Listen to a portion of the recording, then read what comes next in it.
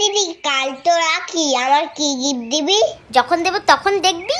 আমি তো শুধু রাখি পরাবো, তাছাড়া গিফট আমি দেব কেন? তুই দিবি তো আমাকে। আমি আবার কোথা থেকে গিফট পাবো? আমি ছোট মানুষ না, বরং তুই আমার গিফট দিবি। ও, রাখিও পরাবো আমি, গিফটও দেব আমি? কেন, সবাই তো দেয়। আর কি গিফট দিবি বলতো? দোতলা স্কেল বক্স, একদিকে পেন্সিল থাকবে, রবার থাকবে আর পেন থাকবে। বক্সের উপরে শার্পনারও থাকবে আর একটা লাইটও থাকবে। লাইটটা যেন আবার জ্বলে। আর এমন ভাবে গিফটটা দিবি না আমি জানতেই না পারি, আমি যেন সারপ্রাইজ হয়ে যাই।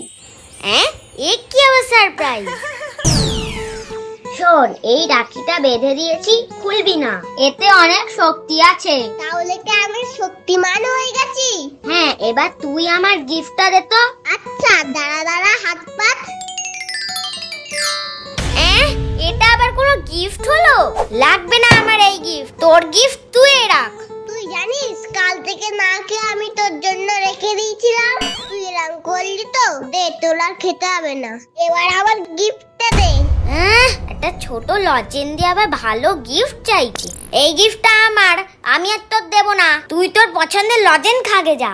না, তুই আমার জন্য এনেছিস, আমাকেই দিবি। না, আমি দেব না, এটা আমি পছন্দ করেছি, এটা আমার গিফট। দিবি না মানে?